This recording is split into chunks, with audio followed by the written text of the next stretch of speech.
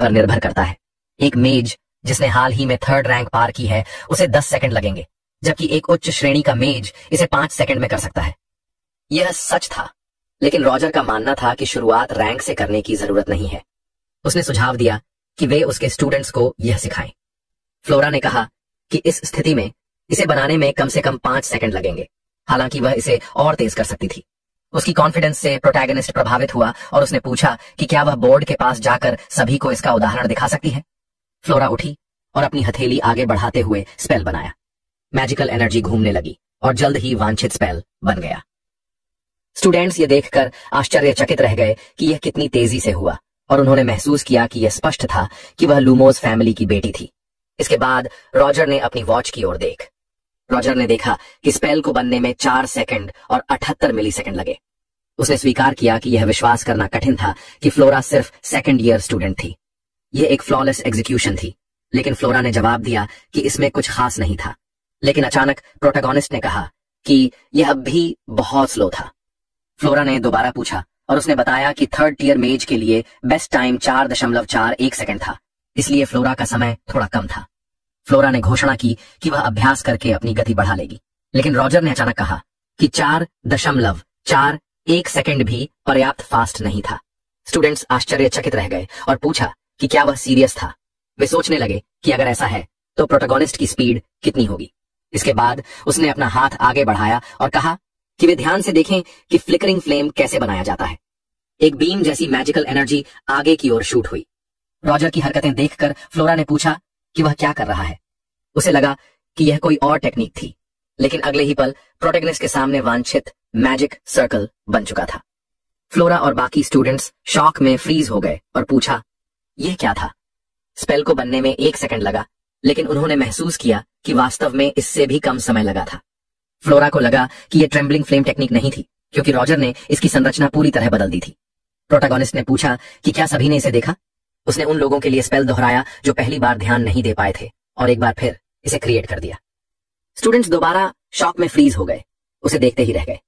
Roger ने देखा कि अब उन्होंने अपनी राय बदल ली थी और घोषणा की कि ट्रेम्बलिंग फ्लेम बनाने में उसे 0.24 सेकंड लगे। यह ऑफिशियल रिकॉर्ड से कहीं ज्यादा फास्ट था। स्पेल पहली बार देखने में अजीब लग सकता था, क्योंकि उसने एक डिफरेंट टेक्निक का उपयोग किया था, लेकिन स्पेल अब भी वही था। दूसरे शब्दों में, वह एक टेक्निक का उपयोग करके दूसरी टेक्निक बना रहा था। एक स्टूडेंट ने कंफ्यूजन में उसके शब्द दोहराए और दूसरे ने पूछा कि इसका क्या मतलब था। रॉजर ने समझाया कि वे इनिशियल डेटा को बदलकर नोन रिजल्ट तक पहुंच रहे थे, यानी एक तरह का प्रोग्राम बना रहे थे। जैसे मैजिशियंस का शरीर एक इक्विपमेंट हो और मैजिकल पावर का संचय डेटा हो, उसी तरह ये प्रोग्राम्स कहलाने वाली टेक्निक्स उस सॉफ्टवेयर को एक्टिवेट कर रही थीं, जिसे मैजिक कहा जाता है। इसे ही उसने सोर्स कोड नाम दिया था। इस नाम को अपने दिमाग में दोहराते हुए फ्लोरा ने सोचा कि उसने कभी इस तरह की मैजिक के बारे में नहीं सुना था। वह सोचने लगी कि असल में मेन कैरेक्टर कौन था, लेकिन तभी प्रोटैगनिस्ट ने उसका ध्यान खींचते हुए पूछा कि क्या अब उसने अपने डाउट्स दूर कर लिए हैं। फ्लोरा ने नीचे देखा, लेकिन यह स्वीकार किया कि हाँ, यही सच था। रॉजर ने फ्लोरा को याद दिलाया कि उसने उसकी अनुमति के बिना लेसन के दौरान हस्तक्षेप किया था, और वह सिर्फ इसलिए क्योंकि वह उसकी बातों को लेकर बायस्ड थी। उसने पूछा कि क्या वह इससे सहमत थी।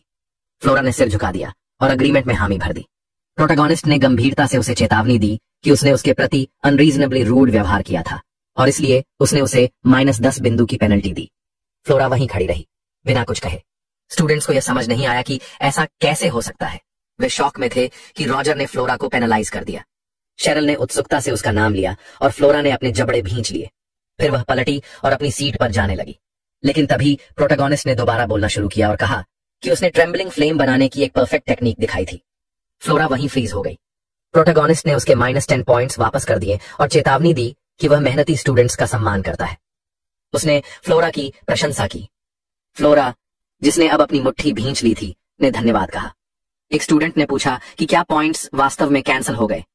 एक और लड़की ने माना कि वह बहुत हैप्पी थी। एक लड़के ने डिस्प्लेजर में साई किया। जब फ्लोरा अपनी सीट पर लौटी तो शेरल ने पूछा कि वह कैसा महसूस कर रही थी। फ्लोरा ने घोषणा की कि सब कुछ फाइन था और उसकी चिंता के लिए धन्यवाद कहा। शेरल ने मुस्कुराकर अग्रीमेंट जताया और सोचा कि फ्लोरा ने बहुत जल्दी इस स्थिति को डिसमिस कर दिया, लेकिन यह अलग कैसे हो सकता था। आखिरकार वह फ्लोरा थी। उसने थोड़ा नजरें फेर ली और फ्लोरा ने डिस्प्लेजर में भौहें चढ़ा ली। रॉजर ने अपना कोट उतारा और उसे कोट रैक पर टांगते हुए चेतावनी दी कि यह केवल इंट्रोडक्शन था। अब उसने लेसन शुरू करने का फैसला किया। उसने यह भी चेतावनी दी कि वह उन्हीं स्टूडेंट्स को चुनेगा जो ध्यान से उसकी बात सुनेंगे और उन्हें ओपनिंग मूव सिखाएगा। इसलिए उसने सभी को मेहनत करने के लिए कहा। कुछ स्टूडेंट्स ने उसे एंथुसियास्टिकली देखा, जबकि कुछ थोड़े अफ्रेड लगे। प्रोटैगनिस्ट ने अपनी लेक्चर शुरू कर दी। एडन ने सोचा कि उसने अन्य स्टूडेंट्स को रॉजर के बारे में नॉनसेंस बातें करते सुना था और वह डर रहा था कि वह बेकार में आया होगा, लेकिन वह रॉन्ग था। अब वह एडमिरेशन में मुस्कुराया और समझ गया कि थीन सबसे स्ट्रॉन्गेस्ट एकेडमी क्यों थी। कुछ समय बाद प्रोटैगनिस्ट ने घोषणा की कि उनका क्लास समाप्त हो गया है। जाते हुए उसने कहा कि स्टूडेंट्स अब फ्री जा सकते हैं और उनसे मटेरियल को घर पर रिव्यू करने के लिए कहा। जैसे ही वह बाहर निकला, एडन ने उत्साह से कहा कि रॉजर अविश्वसनीय था और वह यह भी बिलीव नहीं कर पा रहा था कि उसने द सोर्स कोड जैसी कोई चीज देखी थी। जेनफियो ने डिसमिसिवली साई किया और पूछा कि क्या ऐसी नॉनसेंस सच में बाकी स्टूडेंट्स को इंप्रेस कर रही थी। उसने घोषणा की कि यह केवल यह दिखाता था कि कितना नैरो माइंडेड थे वे, और कहा कि यही कारण था कि कॉमनर्स यहाँ के लिए उपयुक्त नहीं थे। एडन ने पहले जेन और वाइल्डर की ओर देखा, फिर बाकी स्टूडेंट्स की तरफ घूमा जो अब अपनी अपनी चीजों में व्यस्त हो गए थे। थोड़ा ऑकवर्डली उसने अपनी हथेली से अपने सिर के पीछे खुजलाते हुए पूछा कि क्या जेन सच में उससे बात कर रहा था। जेन ने चिढ़कर पूछा कि क्या वह उसका फन बना रहा था। एड ने जोर से कहा कि वह ऐसा कुछ भी नहीं कर रहा था, लेकिन जेन पहले ही गुस्से में था और बोला, तुम्हारी हिम्मत कैसे हुई बैरन फियो के सबसे बड़े बेटे को लुक डाउन करने की। एड ने उसे याद दिलाया कि वह खुद ही कह रहा था कि वह यह सब नहीं चाहता। तभी अचानक किसी ने बैरन फियो का नाम लिया और पूछा कि क्या उसकी एस्टेट एम्पायर की सबसे दूर की बॉर्डर पर थी। यह लियो था, जो ऑडियंस के ऊपरी हिस्से से नीचे आते हुए जेन और एडन को गंभीरता से देख रहा था।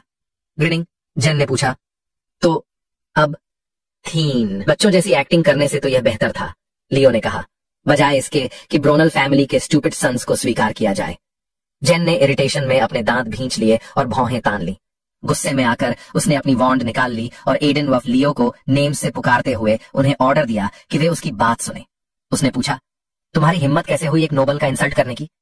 उसने प्रॉमिस किया कि वे अपनी बातों के लिए जवाब देंगे, लेकिन लियो उसके थ्रेट से बिल्कुल स्केयर्ड नहीं दिखा और सिर्फ सजेस्ट किया कि जेन चाहे तो ट्राई कर सकता है।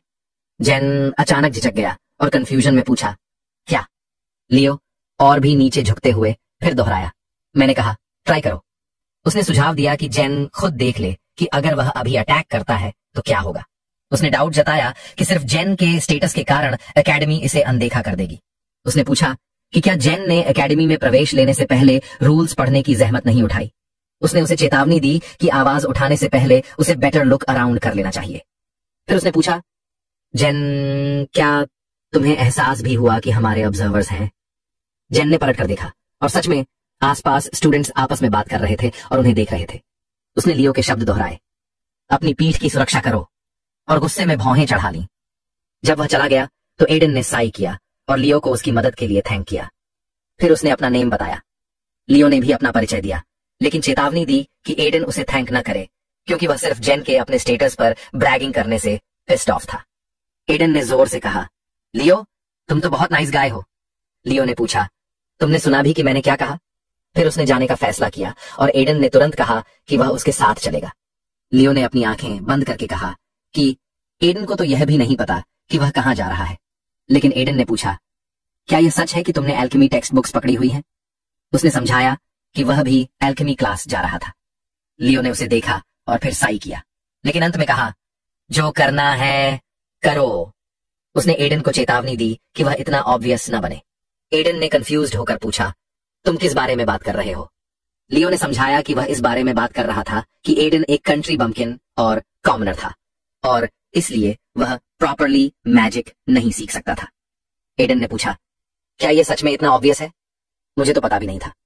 लियो ने उसे चेतावनी दी कि सीन में थिंग्स कैसे काम करती हैं, यह उसे जानना जरूरी था, स्पेशली जब सेकंड ईयर स्टूडेंट्स में कुछ सबसे हाई सोशल स्टैंडिंग वाले लोग शामिल थे। सबसे पहले फ्लोरा थी, जो एक सेकंड ईयर स्टूडेंट थी। एडन ने पूछा, क्या तुम उसी लड़की की बात कर रहे हो जो आज क्लास में सबके सामने बोली थी? लियो ने इसकी कॉन्फर्मेशन की और कहा कि उसने सुना था कि फ्लोरा कोई पिकनिक नहीं थी, इसलिए उसने एडन को चेतावनी दी कि वह फ्लोरा से दूर रहे क्योंकि स्पेल थियरी और प्रैक्टिस के प्रीवियस प्रोफेसर ने भी फ्लोरा के कारण ही क्विट किया था। दूसरी एक नोबल वुमन थी जो एक्साइलॉन एम्पायर से थी, एंडल की तीसरी राजकुमारी। उसने यह भी जोड़ा कि उनके जैसे आम लोग मुसीबत में पड़ सकते हैं अगर वे किसी शाही व्यक्ति का अपमान करते हैं। एडन समझ गया कि वह किसकी बात कर रहा था, क्योंकि उसने एलेंडेल को लेक्चर में देखा था। तीसरी बात यह थी कि एक और छात्र था जो दूसरे वर्ष के सबसे प्रसिद्ध कंपनी का नेतृत्व करता था, जिसमें ज्यादातर नोबल्स थे, और वह था फ्राइड वॉन वॉलबर्ग। फ्राइड का नाम सुनते ही एडन को याद आया कि वॉलबर्ग उन 3 सबसे प्रतिष्ठित ड्यूअल फैमिलीज में से एक थे। लियो ने भी इसकी पुष्टि की और कहा कि उनके लिए वे केवल गैट्स थे, इसलिए उन्हें फ्रेट ईएनएस से दूर रहना चाहिए। लेकिन सौभाग्य से वह उस क्लास में उपस्थित नहीं था। इसके अलावा उसे यह भी याद आया कि एफआईओ उनकी कंपनी का एक हिस्सा था। एक गहरी सांस लेते हुए एडन ने महसूस किया कि उसने पहले ही उसे नाराज कर दिया था। हालांकि उसने सोचा कि अब इस पर कुछ किया नहीं जा सकता और पूछा कि क्या कोई और महत्वपूर्ण व्यक्ति था। लियो को समझ नहीं आया कि वह बहादुर था या मूर्ख, लेकिन अंततः उसने बताया कि कुछ और छात्र भी थे जिनके बारे में वह रास्ते में बताएगा। यह सुनकर एडन खुश हुआ और उसने पूछा कि क्या लियो उसके साथ लंच करना चाहता है। लियो ने फिर से पूछा कि आखिर वह क्यों उसके साथ लंच करना चाहेगा। इस बीच एक और छात्र उन्हें करीब से देख रहा था। थोड़ी देर बाद रॉजर अकादमी के गलियारे से नीचे चलता हुआ बीते हुए घटनाओं के बारे में सोच रहा था। उसने गौर किया कि छात्रों की प्रतिक्रिया उसकी उम्मीद से बेहतर थी, क्योंकि उसने यह कल्पना भी नहीं की थी। इस दुनिया में टाइम का स्तर पृथ्वी के 19वीं शताब्दी से मेल खाता था, और यहां तक कि मैजिकल पावर की उपस्थिति को ध्यान में रखते हुए भी साइंस ने यहां उतनी प्रगति नहीं की थी जितनी कि 21वीं सदी में रोजर की दुनिया में थी। इसीलिए उसने मैजिक और साइंस को मिलाकर द सोर्स कोड बनाया। उसे वास्तव में यह उम्मीद नहीं थी कि यह छात्रों को इतना चौंका देगा। जब उसके टीचर ने इस विकास को देखा तो उसने बस इतना कहा कि यह बुरा नहीं है। प्रोटैगनिस्ट ने गौर किया कि यही कारण था कि उसने छात्रों से कुछ इस तरह की प्रतिक्रिया की अपेक्षा की थी। स्पेल बनाने की प्रक्रिया तेज और सटीक होनी चाहिए, लेकिन यह कठिन था और 3rd टियर तक ही सीमित था। वह छात्रों को सिर्फ द सोर्स कोड ही नहीं सिखा सकता था, इसलिए उसने निर्णय लिया कि उसे अधिक स्पेल्स तैयार करनी होंगी ताकि उसका रहस्य उजागर न हो। वह एक दरवाजे के पास पहुंचा और खुद से पूछा, क्या यह वास्तव में उसका ऑफिस था? दरवाजा खोलकर वह अंदर गया और वहां इलाइजा पहले से मौजूद थी। उसने गहरी सांस लेते हुए उसकी ओर देखा और मुस्कुराकर उसे अंदर आने को कहा। फिर उसने पूछा कि उसे उसका ऑफिस कैसा लगा। उसने सोचा था कि इंटीरियर बहुत सुंदर होगा, लेकिन रॉजर ने कोई जवाब नहीं दिया, बल्कि बस आश्चर्य से उसकी ओर देखा। कुछ समय बाद इलाइजा ने उसे बताया कि अकादमी के प्रत्येक प्रोफेसर को एक व्यक्तिगत स्पेस आवंटित किया गया था। उसने यह भी जोड़ा कि प्रोटैगनिस्ट इस स्पेस का उपयोग अपनी मर्जी से कर सकता था। वह उसके सामने सोफा पर बैठ गया और जब उसे एहसास हुआ कि असल में हालात क्या थे, तो उसने पूछा कि इलाइजा वहां किस वजह से आई थी। उसने जवाब में पूछा कि क्या वह वहां नहीं हो सकती। रॉजर ने आंखें बंद करते हुए समझाया कि वह सिर्फ उसकी विजिट का कारण जानने के लिए जिज्ञासु था। उसने ईमानदारी से स्वीकार किया कि इलाइजा की उपस्थिति ने उसे थोड़ा भ्रमित कर दिया था। अपनी आंखें बंद करते हुए इलाइजा मुस्कुराई और समझाया कि वह बस अपने प्रिय प्रोफेसर की जांच करने आई थी। उसने यह भी ध्यान दिलाया कि रॉजर बहुत फ्रैंक था। इसके अलावा उसने कहा कि उसे उन पर नजर रखनी थी क्योंकि वह रेक्टर थी। फिर उसने मुख्य पात्र को ध्यान से देखा और उसने सिर झुकाते हुए सोचा, यह महसूस करते हुए कि जब उनकी आंखें मिली तो उसके शरीर में एक अजीब सी झुंझुनी महसूस हुई। अपनी बाहों को सीने पर बांधते हुए और हल्की नाराजगी जताते हुए इलाइजा ने कहा कि रॉजर बहुत शांत था और उसने स्वीकार किया कि उसे लगा था कि वह हैरान होगा। रॉजर ने माफी मांगी, लेकिन कहा कि आज के लिए उसकी सरप्राइजेस की सीमा पूरी हो चुकी थी। हालांकि उसने सोचा कि रात में अचानक किसी अजनबी से टकरा जाना उतना अप्रत्याशित नहीं होगा। वह सोचने लगा कि इलाइजा उसके ऑफिस में क्या कर रही थी। इलाइजा ने जोड़ा कि बाकी प्रोफेसर्स के लिए उसकी उपस्थिति अप्रत्याशित थी और उसने यह भी बताया कि रॉजर आखिरी प्रोफेसर था जिससे वह मिलने आई थी। इस बात से उसे एहसास हुआ कि उसने सिर्फ उसे ही नहीं बल्कि बाकी सभी को भी देखा था। उसने सोचा कि इलाइजा ने उसे अंत के लिए क्यों बचा कर रखा। उसे लगा कि वह कुछ जानती थी। उसने अंदाजा लगाया कि चाहे संगठन कितना भी छिपा हो, अकादमी की रेक्टर के लिए संदिग्ध चीजें नजरअंदाज करना नामुमकिन था। उसे लगा कि इलाइजा को उस पर शक हो सकता है, लेकिन उसने सोचा कि यह अनुचित था क्योंकि भले ही वह एक गुप्त ऑर्गेनाइजेशन का नेतृत्व करता था, वह उनके लिए काम नहीं करता था। अंततः इलाइजा ने उसकी सोच को भंग किया और कहा कि उसने सुना था कि रॉजर ने फर्स्ट ईयर्स को अपनी लेक्चर्स में आमंत्रित किया था। रॉजर ने इसकी पुष्टि की और समझाया कि वह छात्रों को अलग अलग क्लासेस में विभाजित नहीं करता था। इलाइजा ने उसे चेतावनी नहीं दी, बल्कि यह स्वीकार किया कि वास्तव में वह उसकी टीचिंग मेथड से सहमत थी। उसने कहा कि नए छात्रों में कुछ वास्तव में मजबूत स्टूडेंट्स थे। इसके अलावा कुछ छात्र यूनिक मैजिक का उपयोग कर रहे थे। यह सुनकर प्रोटैगनिस्ट ने पूछा कि क्या यह सच था। उसने अपनी सरप्राइज को यह कहकर समझाया कि उसने अभी अभी क्लासेस की सूची प्राप्त की थी। इलाइजा ने कहा कि किसी भी स्थिति में एक प्रिंसेस भी उसकी क्लासेस में भाग ले रही थी, इसीलिए उसने रॉजर से कहा कि वह कोशिश करे कि किसी मुसीबत में न फंसे। उसने यह नहीं कहा कि उसे उसके साथ कोई विशेष व्यवहार करना चाहिए, बल्कि बस इतना समझाया कि अगर कुछ गलत हुआ तो इस स्थिति को सुलझाना मुश्किल हो जाएगा। रॉजर को यह सुनकर आश्चर्य हुआ कि एक प्रिंसेस भी उसकी क्लास में थी। इलाइजा ने यह भी जोड़ा कि उसे रॉजर से काफी उम्मीदें थीं। वह मुस्कुराई और खड़ी हो गई। उसने उसे पहली क्लास को सफलतापूर्वक पूरा करने की बधाई दी और कहा कि अब वह चिंतित नहीं होगी, क्योंकि छात्रों पर रॉजर का अच्छा प्रभाव पड़ा था। रॉजर ने उसे टी ऑफर की, जिसके लिए उसने उसे धन्यवाद दिया। उसने स्वीकार किया कि वह उसकी हॉस्पिटैलिटी की सराहना करता, लेकिन यह भी बताया कि उसे कुछ जरूरी काम निपटाने थे। फिर वह ऑफिस से बाहर चली गई, प्रोटैगनिस्ट को उसके काम के लिए गुड लक कहकर। दरवाजा बंद करने के बाद वह एक पल के लिए रुकी। तभी विल्फर्ड, जो उसके करीब आया था, ने पूछा कि सब कैसा रहा। उसने सोचा कि क्या प्रोटैगनिस्ट पर भरोसा किया जा सकता है। इलाइजा ने उसकी बात सुनकर गंभीरता से उसकी ओर देखा और अंत में उसने ईमानदारी से स्वीकार किया कि उसे खुद नहीं पता। विल्फर्ड के साथ गलियारे में चलते हुए उसने घोषणा की कि आमतौर पर वह उन्हीं लोगों पर नजर रखती थी जो सबसे ज्यादा सस्पिशन पैदा करते थे, लेकिन रॉजर के बारे में वह कोई ठोस राय नहीं बना सकती थी। विल्फर्ड ने पूछा कि क्या यह सच में सही था। उसे यकीन था कि अगर इलाइजा ने इस मामले को गंभीरता से लिया था तो जल्द ही सब कुछ साफ हो जाएगा। इलाइजा ने भी यही उम्मीद जताई और फिर मुस्कुराकर स्वीकार किया कि वह कल्पना भी नहीं कर सकती थी कि रॉजर उसकी एन्चांटिंग गेज से 2 बार टकराने के बावजूद जरा भी नहीं घबराया। उसने सोचा कि अगर वह 4th टियर मेज होता तो शायद इस आकर्षण के आगे झुक जाता, लेकिन यह तथ्य कि उसने कोई प्रतिक्रिया नहीं दी, यह दर्शाता था कि वह पूरी तरह से अपनी विल पावर से खुद को नियंत्रित कर रहा था। उसने अपने ठुड्डी पर हाथ रखते हुए सोचा कि रॉजर वाकई में एक बहुत इंटरेस्टिंग इंसान था। इसके बाद उसने ट्रेन टेररिस्ट अटैक के बारे में सोचा और यह निष्कर्ष निकाला कि उसे हर छोटे से छोटे डिटेल पर ध्यान देना चाहिए था, खासकर जब उसे पहले से पता था कि धीइन में एक सीक्रेट ग्रुप सक्रिय था। उसे लगा कि यह पूरी घटना एक रूज भी हो सकती थी और कोई अजनबी इस केओस का फायदा उठाकर रियो रॉजर की जगह ले चुका था। फिर उसने विल्फर्ड की ओर मुड़कर पूछा कि वह क्या सोचता है। विल्फर्ड ने स्वीकार किया कि वह भी निश्चित नहीं था, लेकिन उसे पूरा विश्वास था कि प्रोटैगनिस्ट कोई साधारण युवक नहीं था। यह उसकी गट फीलिंग बता रही थी। इलाइजा ने कहा कि उसकी गट फीलिंग ने उसे कभी धोखा नहीं दिया। हालांकि उसे अब भी यकीन नहीं था कि रॉजर की बातों पर भरोसा किया जा सकता है या नहीं, इसलिए उसने तय किया कि वह उसे कुछ समय तक और ऑब्जर्व करेगी। कुछ समय बाद रॉजर ने थकी हुई सांस ली और अपनी कुर्सी पर पीछे झुक गया। उसने सोचा, यह कैसी पर्सनल मीटिंग्स हो रही हैं? उसे यकीन था कि इलाइजा स्पष्ट रूप से उसे परख रही थी, लेकिन अंत में उसने यह तय किया कि इससे कोई फर्क नहीं पड़ता, क्योंकि उसने ऐसा कुछ नहीं किया था जिससे वह उस पर आरोप लगा सके। उसने तय किया कि वह बस अपने काम पर ध्यान देगा। उसने अपना हाथ माथे पर रखा और स्टूडेंट्स लिस्ट को देखते हुए फ्लोरा का नाम देखा। एक पल के लिए वह रुका और मानसिक रूप से यह नोट किया कि लूमोस फैमिली सबसे प्रभावशाली नोबल फैमिली में से एक थी। उसने गंभीरता से सोचा कि क्या वह सच में इस हालिया घटनाक्रम के कारण किसी मुसीबत में नहीं फंसेगा। कुछ देर इस पर विचार करने के बाद उसे अचानक कुछ याद आया और उसने अंदाजा लगाया कि फ्लोरा ने शायद उसकी बातों को दिल पर नहीं लिया होगा, क्योंकि उसने उसे एक्स्ट्रा पॉइंट्स दिए थे रिकंसिलिएशन के संकेत के रूप में। उसे यह भी याद आया कि इलाइजा ने कहा था कि उसके पास कई वंडरफुल स्टूडेंट्स थे। स्टूडेंट्स लिस्ट को और ध्यान से देखते हुए उसने सोचा कि अगर उसने शुरुआत की कि अगर एक 1st ईयर स्टूडेंट को मैजिक टावर द्वारा वाउच किया गया था और फिर एक्सिलियन एम्पायर की प्रिंसेस भी उसी सूची में थी, तो यह सच में आश्चर्यजनक था।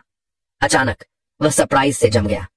उसने एडन के बारे में मिली जानकारी पर ध्यान दिया और खुद से पूछा कि क्या यह वही लड़का था जो यूनिक मैजिक का अभ्यास कर रहा था, जिसके बारे में इलाइजा ने बात की थी। उसे याद आया कि उसने उसे कहीं पहले देखा था। डॉक्यूमेंट्स को देखते हुए उसने सोचा कि शायद बाद में उसे याद आ जाएगा, लेकिन किसी भी हाल में वह जानता था कि उसे सतर्क रहना होगा, क्योंकि इलाइजा की जलती हुई नजरें यह साफ कर रही थीं कि वह अभी भी उस पर भरोसा नहीं करती थी। हालांकि अचानक उसे लगा कि उसके लिए सीक्रेट ऑर्गेनाइजेशन के साथ बने रहना ही बेहतर होगा, क्योंकि उस लड़की ने उसे फर्स्ट ऑर्डर कहा था। उसे उसके साथ हुई बातचीत याद आई और उसने सोचा कि शायद उसने ट्रेन में चढ़ते समय रॉजर का असली चेहरा देख लिया होगा। इसका मतलब था कि उसके लिए यह कोई सरप्राइज नहीं था कि उसने अपनी अपीयरेंस बदल ली थी। उसने अपना सिर झुकाया और गंभीरता से सोचा। उसे याद आया कि असली रॉजर डिस्गाइज और इन्फिल्ट्रेशन में एक एक्सपर्ट था। उसने अंदाजा लगाया कि उसे अब यही करना चाहिए, लेकिन उसकी सोच बाधित हो गई। उसने अपनी आंखें बंद की, सिर को दोनों तरफ झटका दिया और इन विचारों को खारिज कर दिया, क्योंकि वह जानता था कि अगर किसी ने उसे पकड़ लिया तो इसका अंजाम अच्छा नहीं होगा। इसके अलावा इस बात की कोई गारंटी नहीं थी कि सीक्रेट ऑर्गेनाइजेशन उसकी रक्षा करेगी। इसलिए फिलहाल उसे प्रोफेसर के रूप में बने रहना था और अपना काम पूरी निष्ठा से करना था। अचानक वह चौंक गया और पूछा, कौन है वहां? जब वह कॉरिडोर में गया तो एक व्यक्ति ने उसे डॉक्यूमेंट्स पकड़ाए, उसे ग्रीट किया और घोषणा की कि वह उसे यह देने आया था। डॉक्यूमेंट्स को देखते हुए प्रोटैगनिस्ट ने पूछा, क्या यह सच में राउंड स्केड्यूल है? उस व्यक्ति ने पुष्टि की और कहा कि आज रॉजर की बारी थी। रॉजर को याद आया कि कॉन्ट्रैक्ट में इस बारे में उल्लेख किया गया था। वह सोचने लगा कि अब उसकी अथॉरिटी समाप्त हो रही थी। वह व्यक्ति जाने लगा और जाते जाते उसे एक चेतावनी दी। रॉजर ने उसे जाते हुए देखा और फिर मिले हुए लेटर की ओर देखा, यह एहसास करते हुए कि यह राउंड स्केड्यूल था। उसने सोचा कि इसमें कुछ खास जटिल नहीं था। कुछ समय बाद ट्रेनिंग हॉल में कुछ छात्र अभ्यास कर रहे थे, जबकि कुछ आपस में बात कर रहे थे। अचानक किसी ने गुस्से में फिर से सवाल किया। यह डा थी, जो अपने इंटरलॉक्यूटर को गुस्से से घूरते हुए बोली, फिर से कहो। रिने ने आत्मविश्वास से घोषणा की कि उसे यहां रहने का पूरा अधिकार था, क्योंकि यह स्थान पब्लिक यूज के लिए था। उसने पूछा, क्या डिएमा को इससे कोई समस्या है? वह क्यों नहीं गई? डा ने गुस्से से पूछा। कैसे एक कॉमनर की इतनी हिम्मत हुई कि वह मुझसे इंसोलेंट हो? रिने ने जवाब दिया कि थीन में सभी इक्वल होते हैं, चाहे उनका स्टेटस या बैकग्राउंड कुछ भी हो। उसने पूछा, क्या तुम यह जानती हो डा? डा ने स्मर्क किया और कहा कि कुछ लोग ऐसा इसलिए कहते हैं ताकि रिने और उसकी तरह के लोग खुद को अलग थलग महसूस न करें। डा के साथी जो पास खड़े थे स्माइल करने लगे और कॉमनर्स को बहुत ही मूर्ख कहकर मजाक उड़ाने लगे। उन्होंने कहा, ये कीड़े ऊपर चढ़ने की कोशिश कर रहे हैं, और जोर से हंस पड़े। रिने को एहसास हुआ कि वह चाहे जो भी कहे, ये लोग उसे लिसन नहीं करेंगे। उसने अपने होंठ भींचे और चुप रही। फिर डाई ने आदेश दिया, अगर तुझे सब समझ में आ गया है तो अब मुझसे अपने बिहेवियर के लिए बैक कर और माफी मांग। रिने बिना जवाब दिए मुड़कर जाने लगी। तभी डेया के एक साथी ने नोटिस किया कि रिने जा रही थी और दूसरे छात्र ने हंसते हुए पूछा, आखिर उसने इतनी स्टबर्ननेस क्यों दिखाई? उसे तो पता था कि इसका अंजाम क्या होगा। अचानक डाए का चेहरा गुस्से से फ्राउन में बदल गया। उसने खुद से पूछा, क्या रिने, जिसे मैं एक प्लेन कहती हूं, सच में मेरे शब्दों को इग्नोर करने की हिम्मत कर रही है? गुस्से में उसने अपनी मैजिक वॉन्ड निकाली और जोर से रिने को पुकारा, क्या तू सच में बिना मेरी इजाजत के जाने का सोच रही है? फिर उसने एक मैजिक अटैक तैयार किया और उसे रिने की ओर निर्देशित किया। रिने के साथी यह देखकर घबरा गए। रिने ने उस अटैक को आते हुए देखा, लेकिन वह कुछ नहीं कर सकी। डर के मारे उसने सिर्फ जोर से स्क्रीम किया और अपने सिर के आगे हाथ रख लिए। अगले ही पल एक तेज ब्राइट फ्लैश चमकी और डा का स्पेल हवा में ही डिसॉल्व हो गया। डा ने डिस्प्लेजर से पीछे मुड़कर देखा और गुस्से में पूछा, कौन है जिसने मेरे स्पेल में दखल देने की हिम्मत की? वह व्यक्ति जिसने उसका स्पेल डिस्पेल किया था आगे बढ़ा और पूछा, तुम लोग यहां क्या कर रहे हो? उसने गौर किया कि वे लोग उस हॉल में लड़ाई कर रहे थे जो ट्रेनिंग के लिए बना था। डेया ने उस व्यक्ति पर ध्यान केंद्रित किया और उसने आगे कहा, इसे तो लड़ाई भी नहीं कहा जा सकता। रिने फ्रोजन रह गई और इधर रॉजर, जिसने लड़ाई रोकी थी, इस बात पर जोर दिया कि स्कूल वर्ष अभी शुरू ही हुआ था और वे पहले से ही ट्रबल में थे। उसके अनुसार यह तेयन एकेडमी के प्रति डिसरिस्पेक्ट था। रिने ने संदेह से पूछा, क्या यह सच में वही है? डा बस फ्लिंच कर गई और अपना फ्राउन गहरा कर लिया। इसी बीच प्रोटोगोनिस्ट ने मैजिक का उपयोग करके एयर में सीधा स्टेयर्स से उतरते हुए कहा, मैं सिर्फ वार्निंग तक सीमित रहना चाहता था, लेकिन यह तो वन साइडेड अटैक था।